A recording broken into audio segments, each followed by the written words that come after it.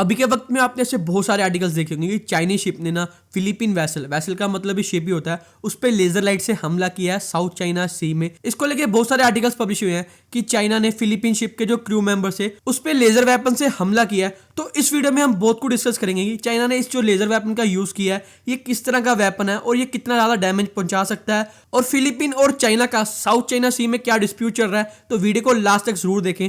तो सबसे पहले तो आपको ये समझना होगा कि साउथ चाइना सी में ना स्प्रैटली आइलैंड्स है, इसको लेकर डिस्प्यूट चल रहा है चाइना और फिलीपीन के बीच में। तो ये देखिए ये साउथ चाइना सी है और चाइना कहता है कि जो आपको डॉटेड बाउंड्रीज दिख रही है ना, ये इसके अंदर का जो सारा एरिया है वो मेरा है, मतलब इसके अंदर जो भी चीज़ें आती है ना वो मेरी हैं।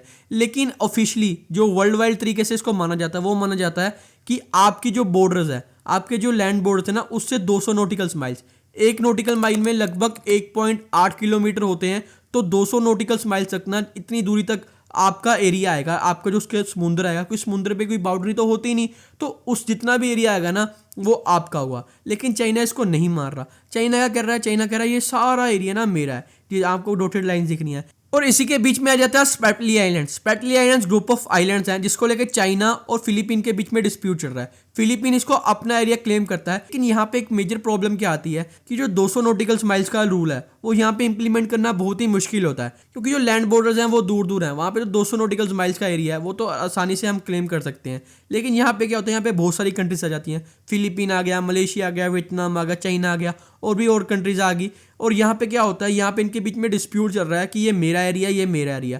तो यहाँ पे इन्होंने क्या हल निकाला है, तो वर्ल्ड वाइड इसका रीजन है। जैसे देखें दो कंट्रीज हैं, एक का 200 नॉटिकल माइल्स ये आ गया एरिया, एक का ये आ गया। तो वो कहते हैं कि आप इसका सेंटर करो और इसका सेंटर के बाद इस एरिया इसका होगा कंट्री का, इस एरिया इस कंट्री का होगा। तो ऐसे आपको करना है। लेकिन चाइना क्या कह रहा है, चाइना कह रहा है ये सारा एरिया, जितना भी आपको एरिया दिख रहा है ना, ये सारा एरिया मेरा है। चाहे इसमें फिलीपीन के स्प्रैटली आइलैंड्स हो, चाहे इसमें वियतनाम के पैरासिल आइलैंड्स हो, ये सारा का सारा मेरा एरिया है। तो इसको लेके बहुत सारी कंट्रीज में साउथ चाइना सी में डिस्प्यूट चल रहा है कि ये किसका एरिया है। तो इसी के बीच में फिलीपीन कोस्ट गार्ड शिप अपने रीसप्लाई मिशन पे जा रही थी सेकंड थॉमस शोल पे। ये वहां पे एक शोल है जिसको कहते हैं सेकंड थॉमस, और इसको योंगिन भी कहते हैं। योंगिन मुझे पता नहीं अच्छे से इसको कैसे प्रोनाउंस करना है, जो कि स्प्रैटली आइलैंड में से एक आइलैंड है। जैसे मैंने आपको बताया था Spratly island group of island है, तो उनमें से एक आइलैंड है योंगिन। वहां पे ये रिसप्लाई मिशन पे जा रही थी और लगभग 6 PM के आसपास ना चाइना का कोस्ट गार्ड वैसल था जिसका नंबर था बो 5205। उसने ग्रीन लाइट से 2 बार फिलीपीन कोस्ट गार्ड शिप पे हमला किया। तो जैसा आप पिक्चर में देख सकते हैं, इस तरीके से इन्होंने ग्रीन लाइट से ना फिलीपीन का जो कोस्ट गार्ड शिप था उस पे ग्रीन लाइट से 2 बार हमला किया। तो आप कहेंगे लेजर लाइट से हमला किया, यार हमने तो बचपन में बहुत लेजर लाइट से खेला है, इसमें इतना उछलने की क्या बात है।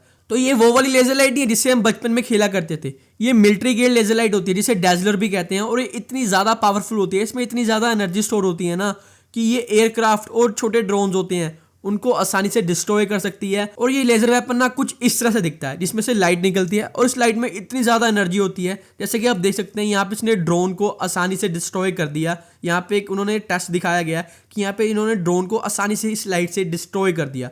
तो आप इसका अंदाज़ा यहाँ से लगा सकते हैं कि जब इसका एक्सपोजर ह्यूमन बॉडी को होगा तो वहाँ पे कैसी इरिटेशन होगी, कैसी वहाँ पे बर्निंग होगी, आंखों को वो टेम्परेरी पूरी तरह से ब्लाइंड कर सकता है।